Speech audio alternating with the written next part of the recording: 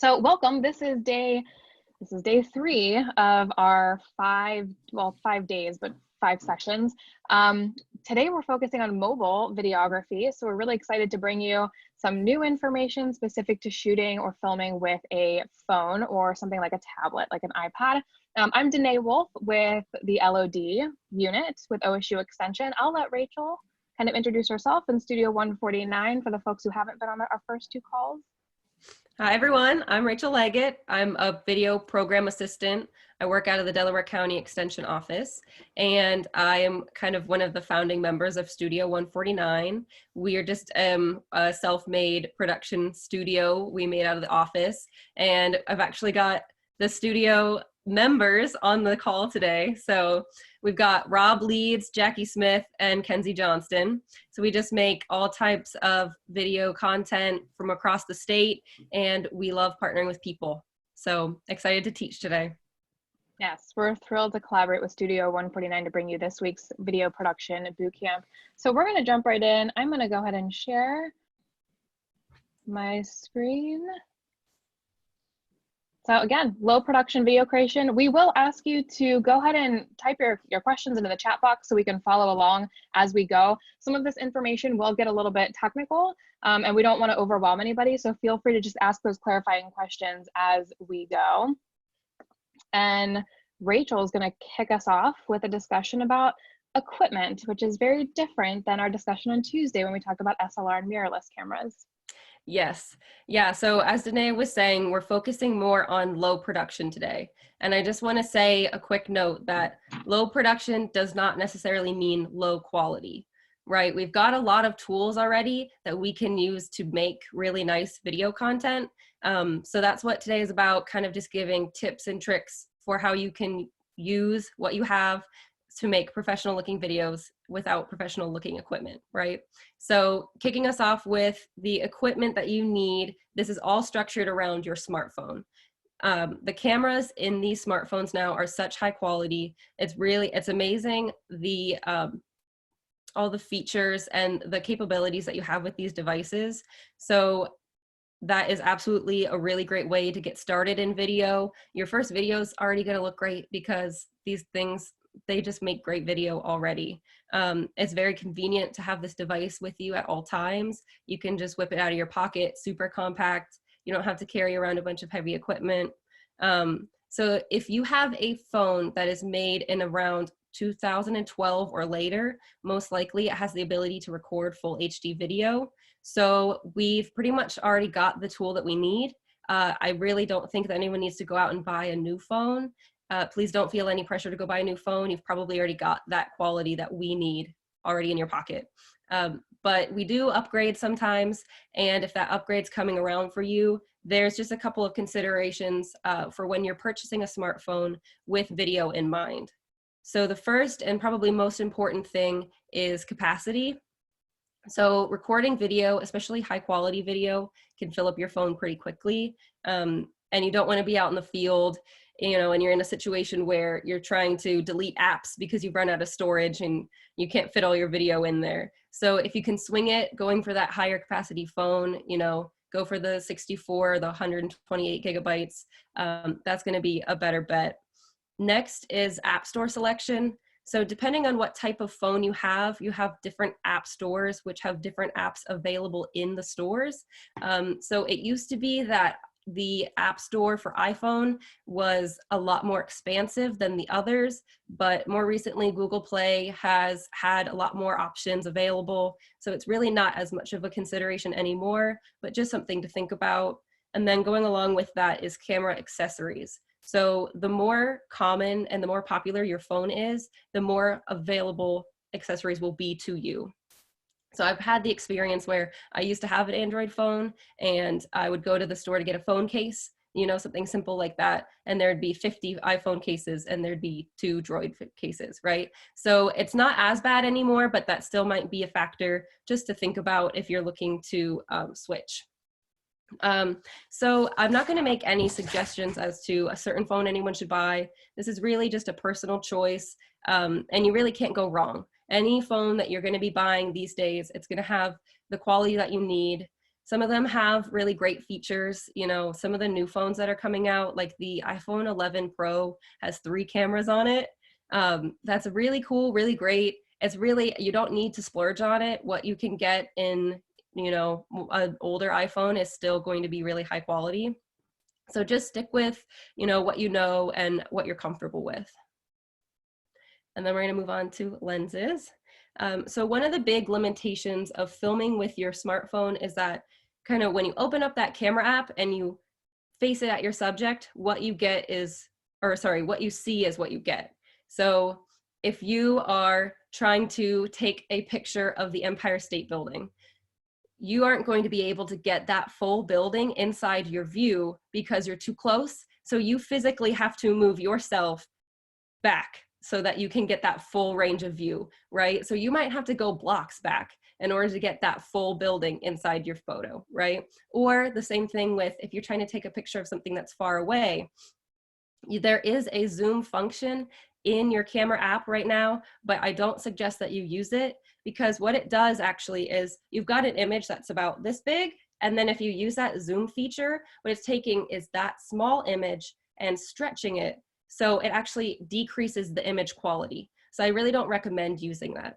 So in order to get past these limitations, there are these miniature lenses that you can attach to your phone to give you those different focal lengths, is what they're called. So you've got a wide angle, and this is good for showing the full view of a place or a scene. A macro lens, which is good for small subjects at a close distance. Fisheye, which is so ultra wide that it creates this sort of funky effect, and it's more fun than practical, but it's fun. And telephoto, which is good for bringing distant subjects closer. So you can see the difference between the left, these are your standard, just with no additional lens on your phone. And then on the right, that's when you're implementing those lenses. So the images on the right are just, they're interesting, they're fun, they add some variety to your shots. So it just changes the possibilities of what you can do with a phone.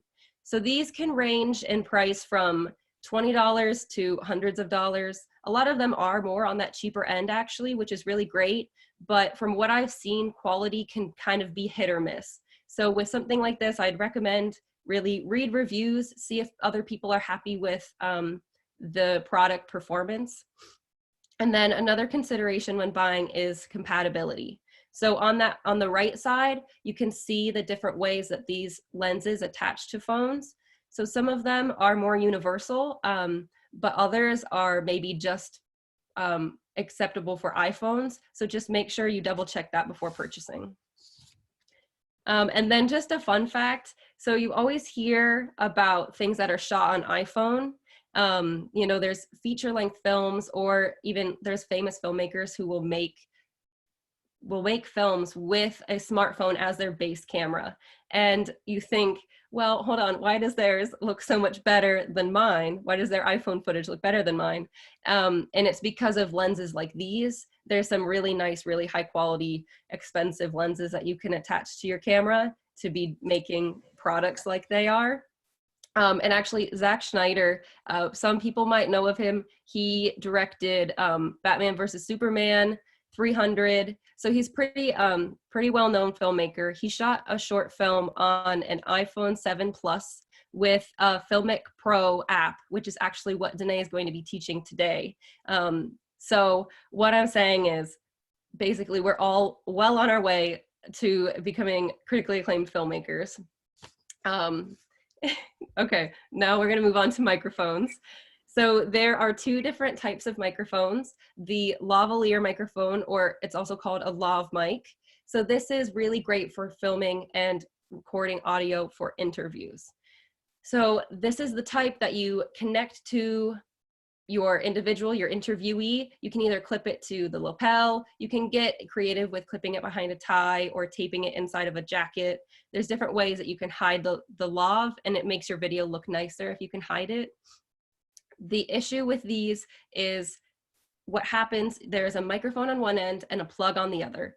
And so you just plug the microphone straight into your phone, and that sort of tethers you to your camera. You don't have a large range of motion. And from the reviews I've been reading, a lot of people say that these lavalier mics, the cord is too short. So they're really, really tethered to that camera.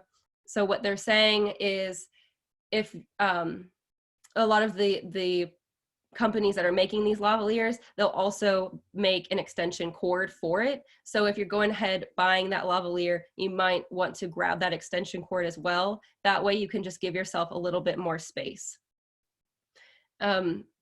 Also, another thing about using a lavalier microphone is that it might limit you to having one subject per interview.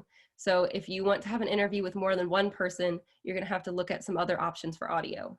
So a shotgun microphone is a little different. It captures audio in a different way. So you're going to get a little bit more audio from the room, and that's not really what you want in an interview. So these are better for capturing ambient sounds. If you're filming B-roll, you want to attach this to your camera, and then you can get that ambient sound for when you're editing. That can be really nice. Or if you know that you're going to be filming interviews with multiple subjects, using a shotgun mic could be an alternative. That way you know you can capture the audio from all of the interviewees. The only thing is you have to be much more aware of the sounds around you. Make sure you're not filming in a place that's going to be really loud and have distracting background audio. So another thing, sorry, we did get a question about, do you have any good recommendations for like Bluetooth wireless lav mics?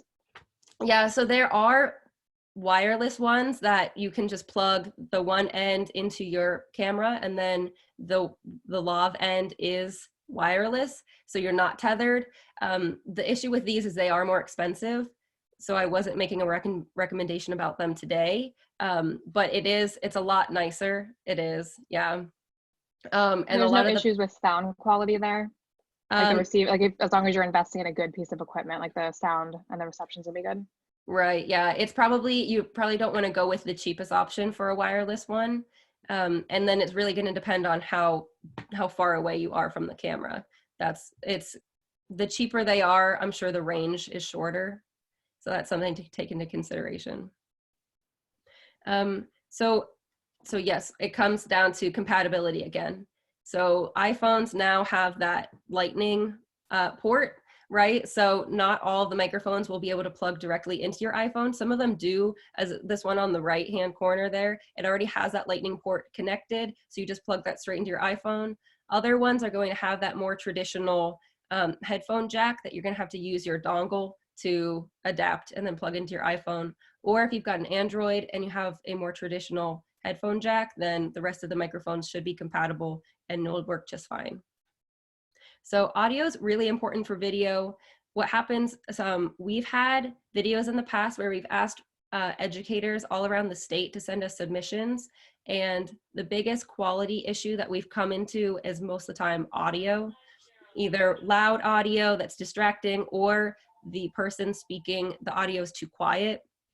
So if you're looking to increase the quality of your video, a lavalier microphone is really a great option, maybe one of the first purchases that you want to make. And they're really great quality and affordable as well.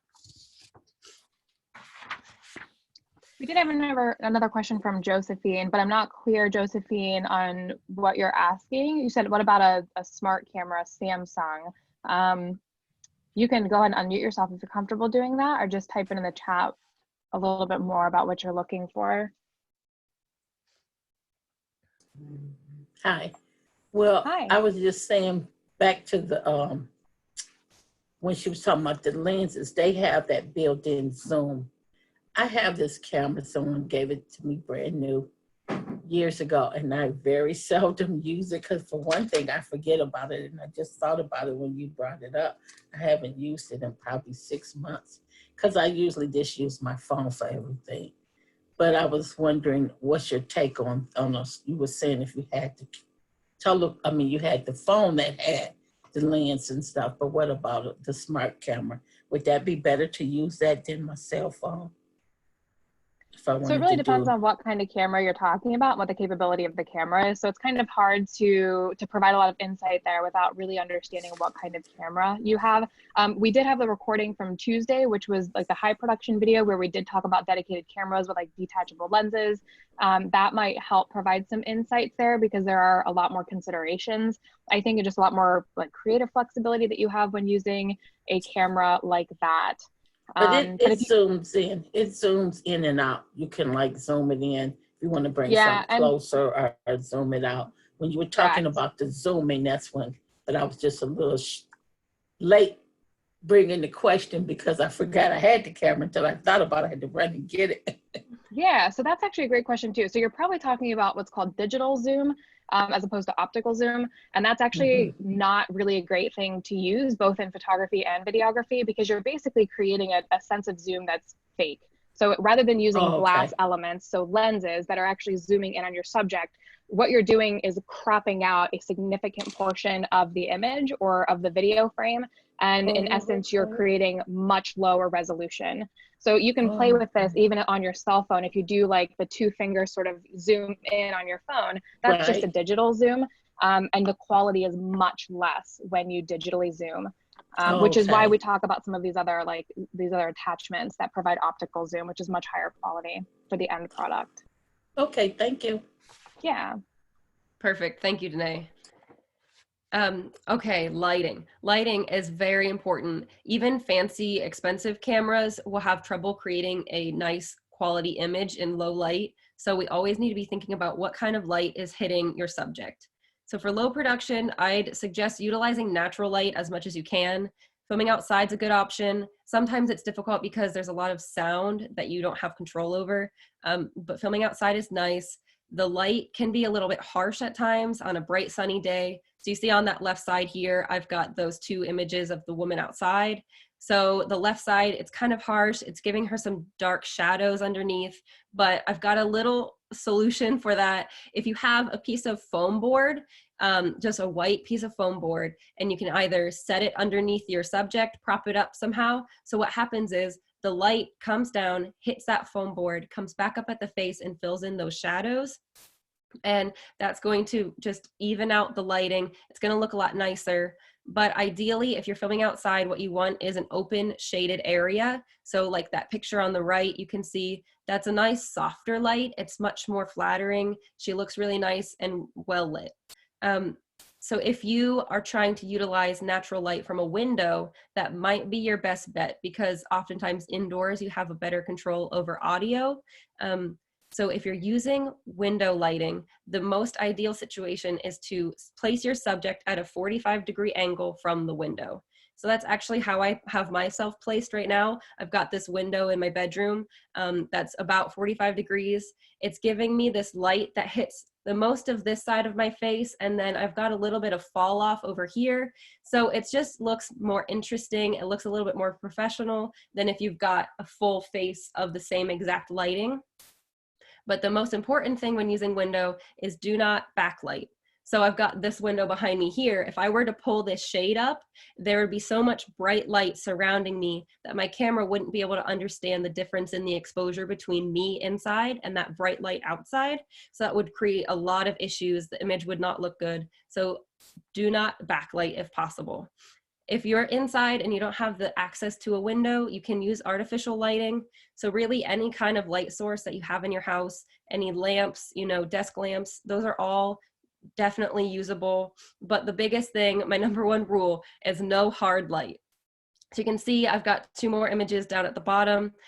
On the left-hand side, the woman, she's got a really bright light in her face. It's creating dark shadows. It's pulling out some shine. It's really just not very flattering. So if you're using a lamp, make sure you keep that shade on it. It's going to soften the light. It's going to be much more flattering for your subject.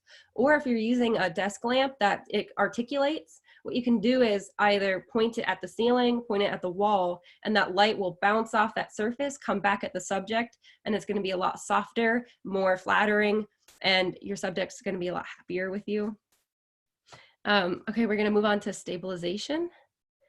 So stabilization is important because we don't want to give motion sickness to our viewers. So the most important item for that is going to be a tripod. tripods are great for doing interviews. If you're going to try to do an interview handheld, your arms are going to get tired, the footage is going to get shaky, and it's really not going to look so good. So a tripod is a must-have. There's a lot of different options of tripods when it comes to mobile devices. So on the right-hand side, I've got this tripod. That's going to be a full-size tripod, 4 or 5 feet. I recommend having one of these. That way you have the ability to do an interview anywhere. You don't have, if you're out in the field, you can do a full-length interview with somebody standing in a field. To the left of that, up top, I've got a Gorilla tripod.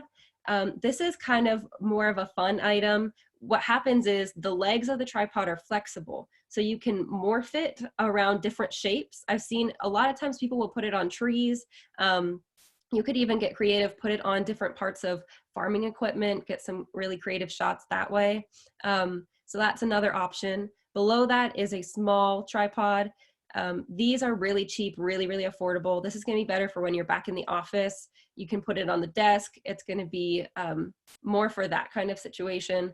And then on the left-hand side, this is just a fun kind of tripod. It's a tripod, but it also turns into a selfie stick. So if that's something that you're interested in, maybe go for that.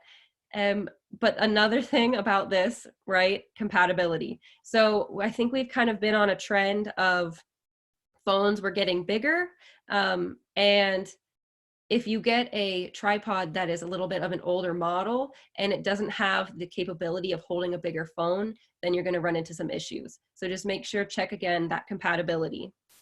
And a gimbal is another form of stabilization. So these are not necessarily the most important piece of equipment, but it definitely makes your videos more professional, and is really fun to use. So how it works is you've got this device that you hold in your hand, your phone is mounted to the device, and it's motorized. So it's motorized to keep the phone balanced no matter what. So I can move my hand, the motor acts to keep the phone stable, and I can move my hand anywhere. It will be a smooth shot. It'll be really nice and cinematic. So actually, unlike with DSLR cameras and heavier cameras, these gimbals for mobile devices are actually really affordable. They range from maybe around $80 to $130. There's some outliers that are more expensive, but there's some really good quality ones within that price range. And they're really fairly light. So what you could actually do is just put your phone on this device all the time when you're filming and just use it as an extension of your arm. That way your footage all the time is really smooth and clean. And then I've just got one more slide on batteries and storage.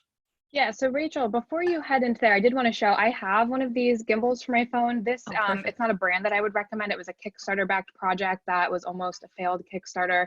And I think the company kind of went out, but DJI makes a really good one. And there's a couple of others that make really, really good gimbals. The reason why I like it is because there's just an on and off switch right here. So I'll turn it on. My phone is not in this because my phone's hooked up to the computer for a later demonstration, but you can see as I'm moving it around, it just creates this really, really smooth movement. So as opposed to just holding it, you know, handheld, there's also a lot of different controls that you have where you can actually manually control it. There's like a little switch that I can just pan across very, very smoothly. So rather than having to hold it and do it and just hope that it's stabilized in hand. I did want to mention though, with the gimbals, one of the things to be aware of is if you are trying to mount your phone to a gimbal and you have any lens attachments, or if you're plugging in like a lapel mic or something, that is going to throw off the balance a little bit, and it makes it a little bit more difficult then to stabilize the camera. So these work really well if you're just using like your camera in your phone. But as soon as you start to add some of those heavy attachments, and some of them get really heavy, like some of the lenses I've experimented with, it's going to throw off the whole balance. Yes, So that's a Rachel, good just wanted to point. mention that. Thank you for sharing. Yeah, so last thing, I just want to bring up that if you're using your phone to film, that's not the only thing that you're relying on your phone for, right? So it's also your source of communication. You've also got probably a lot of personal effects on there. So when you are filming, you could be out in the field. Recording high quality video can really drain your battery quickly, and that could lead to your phone dying, and then you'd be possibly without a source of communication. So just safety wise, make sure that you keep one of these portable chargers with you. That way you can recharge, you're not without communication. Also having a car charger is a good idea too, just to have that backup just for safety wise. And then along with that, a lot of other aspects of your life are going to be on your phone, right? Different photos, videos. I suggest that before you go out and film, if you back up all your photos and videos to your phone, to the cloud, something just in case, so that you know that you're covered and you're not going to lose any of that. Also, you could consider buying one of these flash drives that are made directly to plug into your phone. That way, when you're out in the field, you can just dump your footage there. When you get back to the office, you can put it onto your computer. So that's just another option. That way you're not too concerned about running out of storage. And again, one last time, make sure that you get one that's compatible for your type of phone, because some of them are for that lightning port, some of them are more for Androids. So with that, does anyone have any questions? We do have some good conversation about that DJI. So Ashley has one, and she said that she has to remove her phone case in order for it to fit into it. And I feel like with mine, the slow motion one, I think depending on the case that you have, it's the same, especially because I have an OtterBox case on mine, which is much chunkier. So it kind of depends on the case. The other thing I wanted to show in terms of equipment, and this is outside the scope of mobile photography for the most part, because it's a standalone camera, but some of these things do exist. My battery is not charged because I have not used this, so I can't turn it on for you. But this is another DJI product. It's a gimbal mounted camera, but it's all in one. So this whole thing is the video camera. When it turns on, you can see the video camera here will focus, you can pan. You can also then plug this directly into your phone. There is a little LCD screen, but you can see how tiny that is compared to my finger. It's almost not even worth using. It's like infuriating to use, which is why I don't use this very often. But you can put in your little phone adapter here and then plug it into the back of your phone. And now your entire LCD becomes your phone screen, and you have a lot more capability. The cool thing with something like this is you can program the camera to do like panned time lapses, for example, or motion time lapses. So there's actually an adapter. It's a little, this mounts into the bottom here. It's like a stand, and it's a Bluetooth receiver. So this mounts into the bottom of the camera. It connects to my phone. I've actually put this outside, like on my front porch before, and then I come inside my house and I can control it via my phone, and I can set up a time lapse where I set different points where I want the camera to move over an extended period of time, and it basically takes a time lapse shot. So you could do a really cool shot of like the sun rising, but it's actually panning across the sky as the sun rises, as opposed to just a like still frame of the sun rising. There's a lot of really cool equipment out there. This is, how much was this? I can't remember exactly how much this was. I think my husband's on the call, so he could type it in the chat box if he remembers. But yes, there are really cool pieces of equipment if you're really getting into video production and you want like the capability of getting some of these really cool like B-roll like footage shots. There's some really cool stuff out there that works well with camera. He's asking how much was what? The DJI Osmo Pocket. How much was the Pocket? I think it was a couple $100. So it was more than, yeah, he said $399. And there's also like underwater housing that you can get it too. So because we do so much scuba diving here in Ohio, you could get the underwater housing, but it might be really cool for like pond stuff or like aquatic invertebrates. Wendy asked, do we have any experience using the GoPro? I do not personally have experience using a GoPro. Rachel? I have a little bit of experience. Yeah, I think it's good in some cases, but I wouldn't necessarily say that it should be your go-to camera. It's made more for a lot of like action sports, that type of thing. There's a lot of very cool, compatible, you can attach it to your helmet, you can attach it to your chest for doing different action things. Like if you're doing in like a day in the life of me, you attach it to your head. That's kind of like a nice use of a GoPro. But I wouldn't say that it should be your go-to. Yep, good information there. Thank you. So we're going to dive into camera settings now. For those of you who were on our call on Tuesday, some of this information is going to be very similar because conceptually the settings and what you should be thinking about in terms of settings is pretty much all the same. But we do have some limitations when we're on a mobile device, which we'll talk about. So let's start first with resolution. So the resolution is basically pixels per inch. All the way down to 480, which is really low resolution, all the way up to 4K, which is 2160. So basically with a 4K shot image, 4 1080 screens could fit within that. So you can see 4K is really, really high resolution. And it's also fairly unnecessary for a good majority of the work that we are probably going to be doing, where our output or the way that we disseminate the video is likely going to be on platforms like social media or our website. 4K comes into play when you really want to show something on like a big screen, where resolution is really going to matter. You wouldn't like display something that's 480 or 720 on a big screen because it would look pretty awful. I have heard people say that like 720 is perfectly fine on a mobile device because the screen is so small. So you won't likely notice the degradation of the video quality. I don't know that that's true. I think most of the stuff that I see come across social media these days is pretty high quality, and it's probably shot in 1080. So that is what I would recommend shooting in for the most part.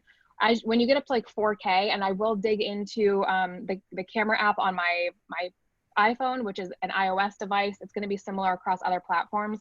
You'll be able to see just how much space different video quality takes up on your phone's like storage. So that's something to be mindful of. The other thing we want to be mindful of is aspect ratio. With a lot of cameras, like when we were talking about SLR and mirrorless cameras on Tuesday, my cameras, I can't change the aspect ratio of the video footage. I can for still images, but not video. With a phone, certain apps allow you to change your aspect ratio. And basically what this is doing is cropping out parts of the image. So for example, you can shoot in square, which would be a 1:1 ratio. Most of what you see shot is going to be in the 16:9 ratio. This would be like the ratio of this PowerPoint slide deck that you're seeing on your screen right now. But stuff on like Facebook, you might see that the more like 3:2. We also see a lot of vertical stuff that's posted on social media. That's going to be one of the tips that we give is don't shoot vertically. It's like a huge no-no that we'll come back to. But we do see some stuff shot vertically because if you're scrolling through your Facebook news feed, it makes sense because then it fills the screen in vertical mode. Now, if you click that video and turn it sideways, all of a sudden it's going to be much smaller and it's going to be less of a user experience. But aspect ratio is important, and I will be showing you a mobile app that allows you to actually change your aspect ratio. Danae, quickly before you get too much further from the quality and resolution discussion, we've got a question in the chat box regarding storage. If you upload footage to like Buckeye Box or iCloud, does it lose quality or compress the video?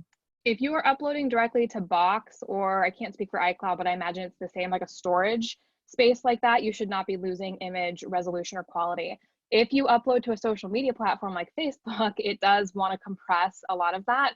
And I don't know the exact compression that Facebook does when you upload content there, but you probably will notice some degradation of quality. The other thing to keep in mind with Facebook is I've had people reach out to me and say, I just uploaded a video on Facebook and it looks awful. The resolution is really bad. It does take a while for that to like render. And it basically has to process the video. Even after it gets posted and it says like it's processing, we'll notify you when it gets posted. It posts, you go to view it and it still looks awful. Sometimes it takes a really long time for that to actually render. And Rachel, I see you shaking your head. Do you have more like insight into that? No, it just makes me mad. Yeah. I don't know Yeah. I don't know why it posts it before it's ready to be posted, I Right. guess is my question. And But I yeah, assume it's that because is it wants you to think that like, oh, it's okay, it's been posted. But in reality, like I'd rather wait the several hours for it to be rendered properly so that people could get the full experience of the video. right. I've had it where the next day is when it looks good. Yeah. It takes some time, yeah. So yeah, if that's happening to you, don't freak out. Facebook didn't completely compress your video to nothing. It'll look okay at some point. At some point. Yeah. So Heather Nykerk asked, what about Google Drive? Heather, I imagine Google Drive would function similarly to Box or iCloud. Like it should not be compressing the videos if you're uploading just to a storage. Now, if you're uploading a really, really large video, it is going to take a long time. And when you get into larger video projects, especially if you're shooting at something like 4K, those video files are going to be massive. You can compress them when you go to like export the video, but again, the compression, you're going to lose resolution.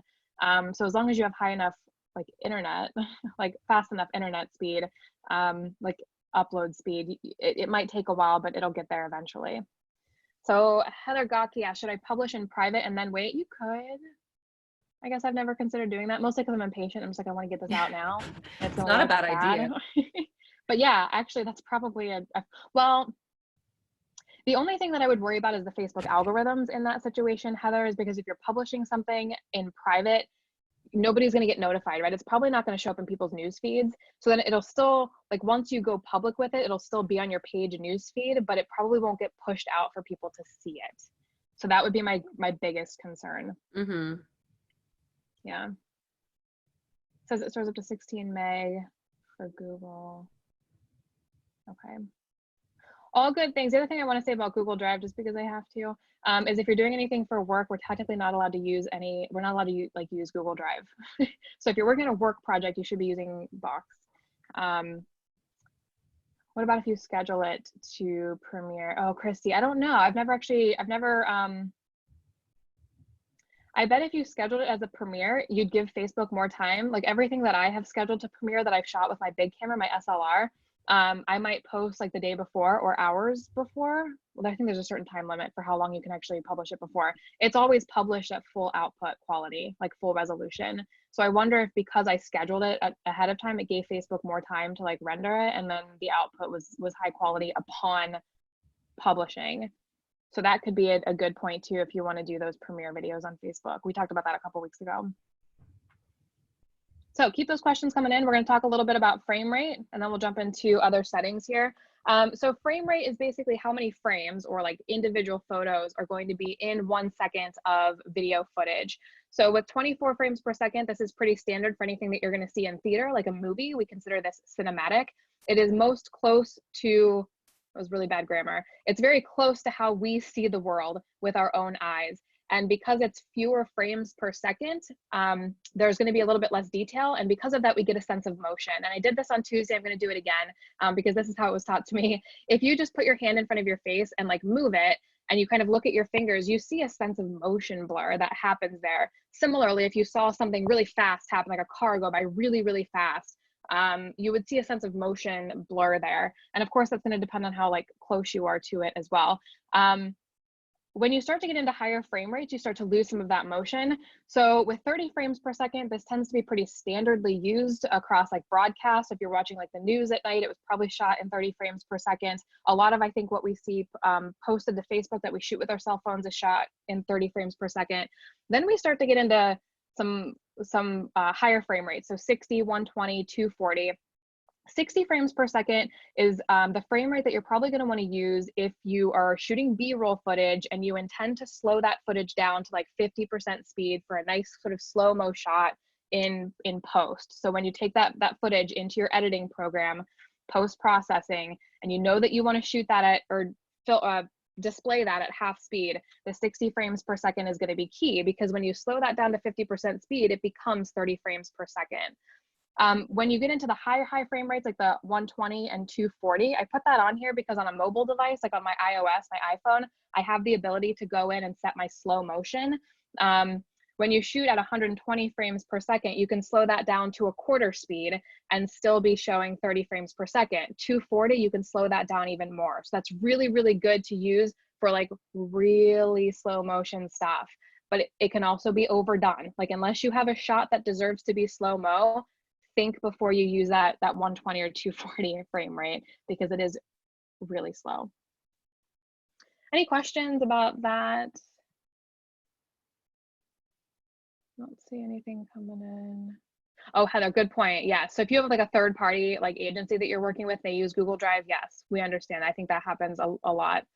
So let's talk a little bit about the exposure triangle. Again, this is kind of a repeat from what we went over on Tuesday if you were in that session. I want to talk a little bit about this because some of these settings you cannot change. So if you have a big SLR camera with a detachable lens, you can change things like the aperture. When you're working on a mobile device, you don't really have an aperture to change. You pretty much get what you get based on what mobile device you're using. So the aperture, and this is actually a picture of an aperture on this slide here, is the opening of the lens that lets light enter the camera, and then that light hits the sensor, exposing an image. Again, this cannot be changed on a mobile device, so I don't want to get too far into aperture. The ISO is the sensor's sensitivity to light. In your native camera app on your mobile device, you may or may not be able to set the ISO. On iOS devices, the camera app, you cannot change your ISO in that app. There are other third-party apps that allow you to do that. Shutter speed is the same thing. So shutter speed is the length of time that your sensor is exposed to light, and that happens because usually there's like a little window that opens and closes. In a mobile device, I don't actually know what the shutter looks like. Like I know what it looks like in my big camera, but I don't know what it looks like in a mobile device. But it opens and closes and allows light to come in. So let's dig a little bit deeper into some of these settings that we can change on a mobile device. So generally with lower ISOs, these are, the ISO, again, is an indicator of your sensor sensitivity to light. Low ISOs, so ISO like 80 and 100 on this screen, those are really good for really high light situations. So if you're out in a farm field, you have tons of sunlight, you want to bump that ISO as low as it will go. If you're in a really dark environment, really shady, there's not a lot of sunlight, you're gonna probably have to bump your ISO up a little bit because now your sensor is becoming a little bit more sensitive to light. The downside to bumping your ISO up is you get what's called noise, and that is depicted in here. You can see like all of these different colors of noise. Those of you who use your mobile device for either photography or filming a lot, you've probably seen this come through in your photo, particularly in low light situations. Most cell phones don't do super great in low light, although I know that there are some out there now that advertise themselves as like, this is really great for low light situations. I think my iPhone 10, they advertised as great for low light. I think it sucks personally. I've never been able to like take stuff in dark environments, but I don't know. I think sometimes maybe it's better than other ones, but it's still not super great. So shutter speed is the other setting that's pivotal in videography. This is, again, a setting that you're most likely not going to be able to change in your native camera app, but once you get into third-party apps like Filmic Pro, which I'll show you, you can start to have some flexibility here with this. So with your shutter speed, you want to follow what's called the 180-degree rule, which states that your shutter should be twice your frame rate.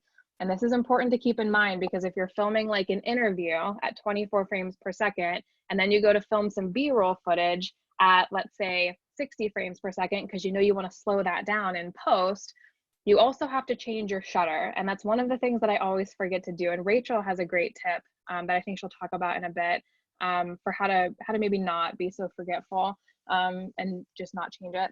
So if you're shooting 24 frames per second, you would shoot at 1/50th. The app that I'm showing you can actually go to 1/48th of a second, which most cameras, like dedicated cameras, can't do. So just always keep that in mind that your shutter should be twice your frame rate. You can read the slides, so I don't have to go through like step by step what each of these say, but I will show you in a bit. The other thing that I wanted to mention here is the use of ND filters. Again, we talked a little bit about this on Tuesday. I don't want to go into great depth, but I did want to let you know that ND filters are something that you can use with a mobile device. This is called a neutral density filter, which basically acts as sunglasses for your camera. So if you are in a situation where it's really, really bright out and you're trying to shoot at 24 frames per second, trying to think if I'm explaining this correctly. You want to shoot at 24 frames per second. Your shutter speed is 1/48th of a second, and your frame is still really, really overexposed. What can you do about that? Well, you put little sunglasses on your camera. You're going to have some sort of an adapter. The ND filters that I've seen for mobile devices, for the most part, I think they attach to lenses that Rachel talked about earlier in the session that you would attach to your camera. So I know Moment is a brand that they have a lot of lenses, and I'll type that into the chat here. They have a whole series of cell phone like attachments, like lenses that you can get, super cinematic stuff and telephoto lenses. They get somewhat pricey and they get a little bit heavy too, but they do have like an ND filter, and I'm sure there are other brands that do as well. It's a good thing to consider if you know that you're going to be doing a lot of mobile videography outside where you're going to have a lot of light. So I just kind of wanted to mention that. So what questions do you have? I wanted to show very quickly in just a few minutes the interface for both your native phone app. Thank you, Scott, for putting the link in there, shopmoment.com. And then I'm also going to dive a little bit into Filmic Pro because it is, you'll see how the interface is entirely different between what your camera can do in like your native phone app versus a third-party app. So I'm going to share my phone here. Hopefully this works. It's coming. All right, so you should all be seeing the home screen of my phone. So I'm going to open up my camera app. And I'm going to use my gallery wall of insects to just show you so you're not looking at yourself on my screen. And I'm gonna try to keep this as still as possible because I know if I go like this, it's gonna make you a little bit seasick. So I'm gonna go in horizontal mode, right? Because that's how we wanna shoot. My phone is not adapting to no. It's because I'm probably in the camera app. I don't know why it's not. I'm trying to make the whole thing rotate, which it should if I, oh gosh, I'm trying to think what other app I can open that will allow me to do this. Okay, sorry. I tested this earlier and it allowed the whole screen to rotate, which made it look a lot better so that you could actually see this. I don't have my lock screen on, no, because I never keep that on because that drives me nuts. That was a good point though. There we go. Oh no, and then it went back. All right, we're just gonna have to deal with this.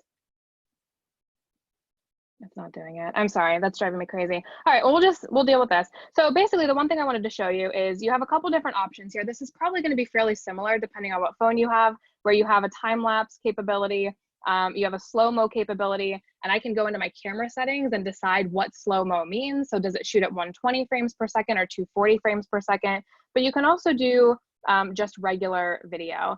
And it shows up in the upper right-hand corner of my phone screen that I'm shooting right now in 4K, 24 frames per second. And that's what I have available to me in terms of settings. So I can't do a whole heck of a lot in terms of like changing ISO or changing shutter speed. You do have the option of turning on like the flash. So right now I turn my flash on and it basically uses the camera's flashlight to add light. So that's actually, it actually works really well in really, really low light situations or even nighttime situations. But you don't have a lot of capability here. So let's go into the Filmic Pro app. And this is not a free app. This is like a $15 app. Let's see if, oh, see, this is gonna work now. So that was just the iPhone app that wasn't allowing me to do that. This app has a much less intuitive interface. And it's less intuitive because there's a lot of different settings here, but this is really fundamental if you're gonna do like more cinematic or like highly artistic like video shots. I just want to show you a couple basic things here. We don't have time to get really into it. I'm going to press the little icon that's now kind of illuminated next to the 3 colorful circles in the lower left-hand corner of the screen. And this brings up these 2 wheels on either side of my screen that allows me to change the exposure to brighter or less. And it also allows me to change the focus manually. So I'm not having to rely on my camera. You can also change the zoom here. Again, we talked a little bit about the zoom. If I zoom in, I'm changing the digital zoom. So the resolution looks terrible and you can see it come across really fuzzy on your screen right now. So we want to avoid doing digital zoom. And if you know that you're going to have a situation where you're going to want to zoom in, invest in some lenses, those attachments that Rachel talked about as a means to do that, because that would do optical zoom. So down here, you have the option. Right now, my shutter is set at 1/24th of a second. My ISO is set to 42. Those are sort of odd numbers. I'm going to open up this little gear icon on the lower right. And you have the option of setting your resolution. So right now it's that standard 16:9. If I knew that I was going to do something where square format makes a lot more sense, you could do square. You have a couple different options, super, super widescreen. It's basically just cropping out part of the frame. So you can see in that dark area on the top and the bottom where the natural frame would be if I was shooting 16:9. Here, it's literally just cropping that out, which you could also just do in post if you wanted to. So if you wanted to have the option of having that full frame, cropping it in post is another good option. I can also change the quality here. So I can go up to 2K, 3K, 4K. I can go down to SD, so 540. It's not even letting me go down to 480. I usually like to keep it in 1080 because that's good enough for what I'm shooting most of the time. You can also go in and change your frame rate. So right now I'm shooting at 24 frames per second, but if I knew I was going to slow that down to 50% speed, it will actually allow you to shoot in 48 frames per second. So that's another cool thing. So we're going to keep that at 24. You have a couple different options for like connecting in a microphone. So you basically tell the system like what microphone you want to use. You can turn on the flashlight. You can use the selfie camera, which is one of the tips that we're going to talk about in just a minute here, the disadvantages to using that front-facing camera. The last thing that I will mention here is your focus and your exposure. So right now you should be seeing a red circle and a red sort of square frame. The square frame is the focal point. Right now it's red, which means it's locked. If I just click that, it's going to unlock, and now it's going to focus on whatever I want to focus on. So right now I'm going to lock that on that little skipper butterfly, and now I'm going to come down and try to focus on this little guy right in front of my camera. Because that focus is locked, it's not allowing to focus on that. If I unlock it, now it's going to go ahead and focus on the bee. So that's a really good thing to be able to play around with. The circle does exposure, so it kind of does the same thing that the focal point does, but it will help you properly expose an image. So I'm going to actually look out my window, because right now that exposure is locked and my camera is looking out my window. So a ton of sunlight coming in, it's way overexposed. If I unlock that just by tapping it, now it's exposing my neighbor's recycle bins and my neighbor's house across the street. Beautiful view there out my front window. So if I want to lock that exposure, I'm going to click that. And now I'm going to come back into my house and look how dark it is, because again, that exposure was locked for outside. So this is a really, really cool app. Again, it's like a $15 app. I'm going to go ahead and stop sharing there, because we have a couple more things to get through. But I did want to showcase this because, again, if you're doing a lot of like mobile videography stuff, that's a great thing to have. They actually also have a kit, and this might get highly technical, but maybe you'll talk about it tomorrow, Rachel, as we get into like editing and like color grading. They do have an option to like add a kit to the app that's to film and log, which basically like strips, and this is like kind of beyond my technical knowledge, but it allows you to film with like kind of stripped colors so that you can do much more advanced like color grading afterwards. And I'm sure Rachel knows a whole heck of a lot more about color grading than I. That's a good explanation of it. I think you nailed it. Okay. Yeah. Gives you much more creative control. So if you ever see, and it's really interesting because you can actually look at like uncolor graded, like if you just search in YouTube or something, like, you know, pre-color graded movies, you can see the difference between what color grading does. It really provides all of the like emotion and the context and the environment to film. If you've ever seen, this might be getting too nitty gritty, but if you've ever seen, I used to always wonder if I was like watching a video or something and they were showing somebody film something on camera, I would always think, why does that look so gray? Like, why does what I'm seeing on that camera look so muted in color? And then I learned about color grading, and I was like, that makes so much sense because that all happens afterwards. So tips and tricks here. I know Rachel wants to show a video. Let's show Rachel's video before we head into the tips and tricks. So Rachel, do you have that ready? And I will make sure that I add you as a co-host so that, oh, I can't. Amy, can you add Rachel as a co-host so that she can share her screen?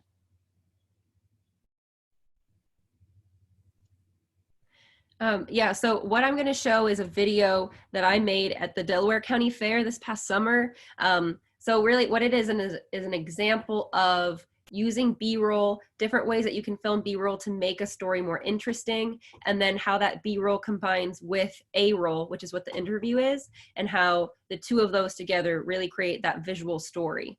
And it was filmed with my camera, so it's not a low production shoot. It's not with an iPhone or an Android, but a video like this can be made with any type of device. You should be all set to share now. Okay, thank you. Here we go.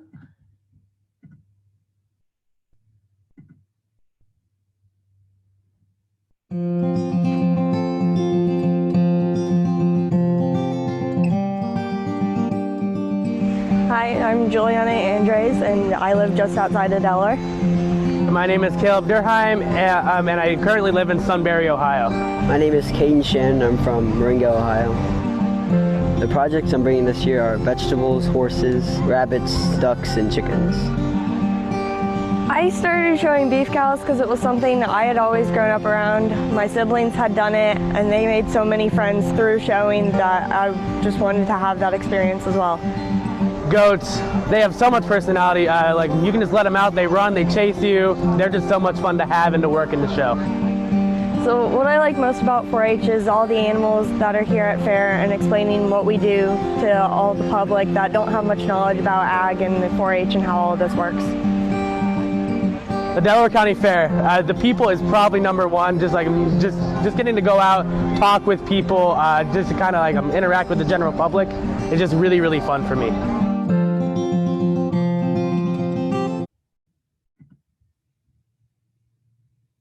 Okay, yeah, sorry. He's a little loud, but it's a nice example of what you can do mostly with different kinds of movement, different kinds of shots when it comes to B-roll. Yes, thank you. We did have a question from Wendy. Where can we access recorded trainings? Those are all available on the LOD website. So yes, thank you, Amy. So she just posted the link in there for where you can access those. We are trying to get those posted pretty quickly after each session too. So some final tips that we'll just kind of wrap up with. And these are tips that are not just for mobile videography, but really videography in general. Big one being always shoot in proper lighting. Don't be backlit. You know, if again, Rachel talked a great deal about lighting and not shooting in really harsh direct sunlight. Use a microphone for great sound, especially if you know you're going to be doing interviews. Use a tripod for stability. You can use the grid on your camera. So most camera apps will have like a grid that kind of divides your frame, usually it's like the rule of thirds. We talk about the rule of thirds. That allows you to make sure that you're like nailing your horizons so that they're perfectly horizontal. It also allows you to just frame people in like interesting ways. Nail your focus and exposure. That's a big one. The reason why I like the Filmic Pro app too is because I can't tell you how many times I've been trying to like film something in my native camera app and it just keeps trying to force the focus on something that I don't want it to focus on, especially because I'm doing a lot of work that's like close up. And it's just very difficult to do like close-up focusing in situations like that. Avoid really messy backgrounds. So especially if you're like interviewing somebody, you know, sometimes it can be really distracting. On a mobile device, you don't always have the ability to, like we didn't really talk about aperture because we don't have the ability to really play with aperture on mobile devices. But one of the benefits of the aperture on like a big camera is it allows you to create a sense of depth of field. And with mobile photography, sometimes you can't do that because you don't have that option. So avoiding really, really messy backgrounds is good. Avoid using, depending on your camera, your selfie camera, which is the front-facing camera on the front of your phone, because it tends to be a lot less quality. And again, that's going to be phone specific. I think some phones probably have like excellent selfie cameras. The one on my iPhone is okay, but it's not wonderful, especially for like videography stuff. So I always try to use the one on the back of my camera. Now, if you're filming yourself, that's kind of hard because you want to be able to see where you are in the frame, right? If you're holding your camera like this and I'm trying to film myself, I can't see what I'm shooting. In that case, it might be helpful to have somebody who can help you film and make sure that you're in the frame, or set up your environment so you know, like, here's the frame of my shot, like, and I know that I can't go above or below that. Sorry, Siri is responding to me.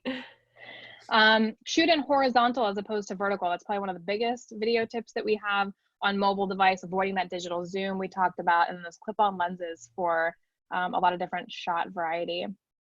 And Rachel, if you want to say any final words here, sort of for that visual storytelling. And yeah, I think real quick, I just want to mention again, shooting horizontal, just before everyone kind of leaves us. It really is the most important thing when it comes to shooting with your phone. Shoot it horizontal, always, always. It's going to be much easier in post. It's more compatible with different formats. It's just the way to go. B-roll tips. Really, I think this was a lot of, you know, if you were in the session on Monday, we talked a lot about pre-production, but there are times when you don't have the time to do a storyboard or to write a script. And it's more on the go, kind of, it's called run and gun kind of video making. So if you conduct an interview, make sure while you're doing that interview, think about what they're saying, think about what shots visually will be able to back up what they're saying to you. That way you can pair that B-roll and A-roll, get that visual storytelling. That's going to be your best bet. And then, yeah, just diversify shot type, camera movement, make it more interesting, a little bit more fun to watch. And Rachel, what was your trick? I think it was related to the frames per second and giving you the flexibility to slow down that footage and avoiding needing to change your shutter. Yes, thank you.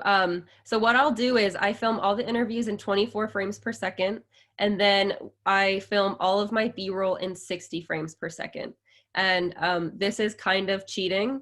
Um, it just makes it so much easier because you don't have to have that thought to switch back and forth, back and forth. And then all of my B-roll footage, I have the flexibility to either play back at that normal speed, or I can slow it down in post. So then I've got a whole collection of B-roll that oftentimes I'll use it in the video I filmed it for, but then, you know, I make another video later that's similar subject matter. That way I can use my collection of B-roll and use it for all different purposes. So yeah, I film a lot of my B-roll in 60 frames. I really like the way slow-mo looks. It's a lot easier to make it look nice because when you slow down 60 frames, it just smooths out all those bumps. It makes it look really nice and cinematic and more professional. Yes, and Wendy said the trick is just shooting all of your A-roll first, like your interviews first, and then shooting B-roll. And Rachel, you did give us that tip on Tuesday, right? When you're going out to a shooting location, you're going to shoot your interviews first and then get everything else. And Yeah, that was if for more reasons possible. than one. If you want to talk a little bit about that too, if anybody who wants to stay on. Yeah, so that's like, the interview is basically going to be your script. They're telling you all the information that's going to be in your video. That way, when you're filming B-roll, you know exactly what things you need to show to pair with that information. That's going to be using video to its fullest extent. Excuse me. I'm Yeah. out of water. Yeah, so that's a really good tip because as Rachel said, like if somebody mentions a certain thing in their interview, now you know like to go look for that and get a shot of that, whereas you might not have gotten a shot of that unless you had done the interview. And that's a tip that I think is incredibly beneficial. So we'll just wrap up here. If you've been in our sessions earlier this week, we did announce the Summer Safety Video Challenge. I don't know that we've gotten any submissions yet. I need to go in and check. We were basically just asking people to submit a storyboard for a 30-second like summer safety video tip. It could be related to anything that extension might cover in terms of like safety. So here I have like bees. Like let's say people like call the extension office because they used to get this all the time. Like we have a bunch of bees in our yard, or a wasp nest. So it could be like a tip on bee safety. It could be pool safety. It could be food safety at a picnic. Just a simple storyboard, either visual or written. Submit that at go.osu.edu/summer-safety, or you can email them directly to me at wolf.540. Our LOD team, along with I think input from Studio 149, will be looking at those and then awarding winners. This is just for fun, so there's no big prizes. Sorry. I hope that doesn't deter you from entering. But we'll be announcing winners next Friday. So with that, thank you all for another really wonderful session. I'll stay on here for a few minutes for any final questions. And again, thank you so much. Thanks, everyone.